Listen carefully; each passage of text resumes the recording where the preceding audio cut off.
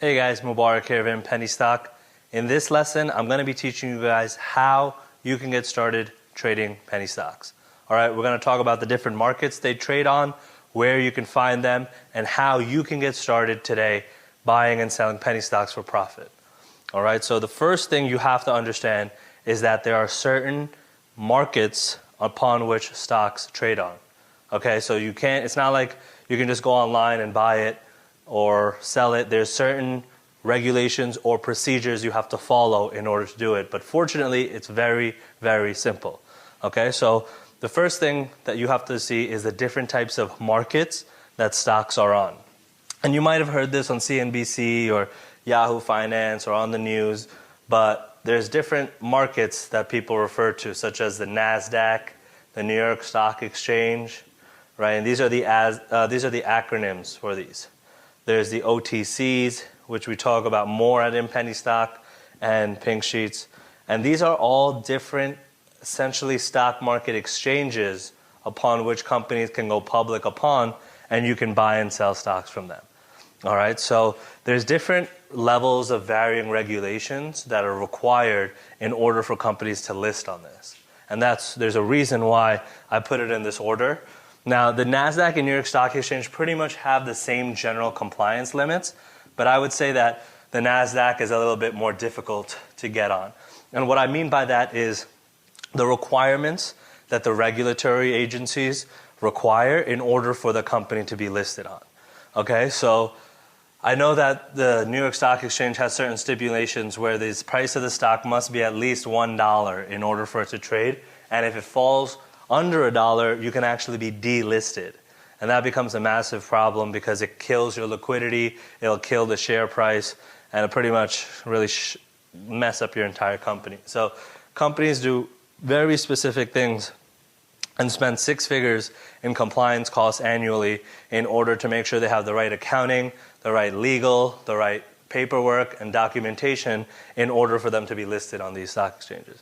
So I'm going to put a little divider here because there's a huge difference between the requirements of compliance here in the NASDAQ and New York Stock Exchange, where the top companies like Apple, Facebook, Google, Netflix, all these companies are listed on, and then the rest, a lot of which here trade as penny stocks.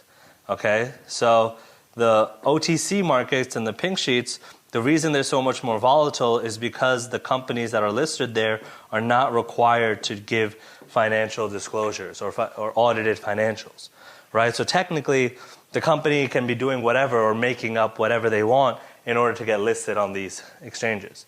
And it's much cheaper to get listed on these exchanges as well. Probably costs us $100,000, $50,000 to $100,000 for these ones, whereas the top ones, it'll cost you $250,000 to $250,000 to $500,000 to get listed, if not more, on these other stock exchanges. So that's a big variance between where these stocks trade on. But now the specific thing you need to understand is, okay, so there's all these markets, that's all great, but how do I, as an individual trader, get started? Okay, what can I do in order to start trading and buying and selling stocks? So the key thing for that you need is a broker. All right, so just like how in real estate, a lot of the times you use a real estate agent to buy and sell your real estate, that's the same way in the stock market. The only difference is that in the stock market, it's actually legally required to do so. And that's because the SEC, which stands for the Securities and Exchange Commission, what they did was back several decades ago, they put in place certain controls and policies to make sure that the average investor, right, doesn't get all their money taken from them because of, schemes from the rich, wealthy Wall Street people. And in general, in order to do so, they made a middleman set in place. So these guys used to be normal stockbrokers, actual people that you would call into in order to make a trade. But because of the internet, now there's electronic brokers such as E-Trade, SureTrader, TD Ameritrade, Charles Schwab, Fidelity. All of these are companies, websites you can just type into Google and open up an investment account with. And through that platform, that'll allow you to trade companies on these stock exchanges. And so the reason I bring this up and the reason you have to understand why these markets are important is because certain companies don't list certain stocks, right? So for example, with Robinhood, they don't have any Pink Sheet stocks. In fact, they don't even have most of the OTC stocks. So it's harder for day traders to use something like Robinhood because they don't really even carry the important pump and dump stocks and penny stocks that we like to trade. All right, they'll have all the blue chip stocks, NASDAQ, New York Stock Exchange, which are good for long-term holding or dividend income or swing trading, those types of trading styles.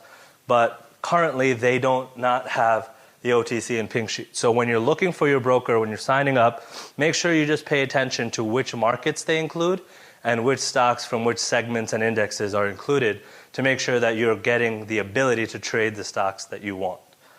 All right, so that's a quick synopsis on how to get started trading, what markets that stocks are even on, and what you need as an individual trader in order to be able to buy and sell stocks. So hope this helps. If you guys have any questions, you can reach out to me and my team. There's a lot of different ways you can get to us on Twitter at the handle @InPennyStock. If you have questions, just tweet at us or DM us. Or if you're going to add us, then use the hashtag #InPennyStock. We're really trying to make sure that for this year, we're going to be able to tackle your questions and make content relevant to you guys. Because we're doing this whole show for you guys. So if this helps, definitely feel free to let us know. And feel free to email us at admin, that's ADMIN, @inpennystock.com if you have any questions or concerns related to this video or investing in general. So hope you guys enjoyed, and I'll see you guys next time. Take care.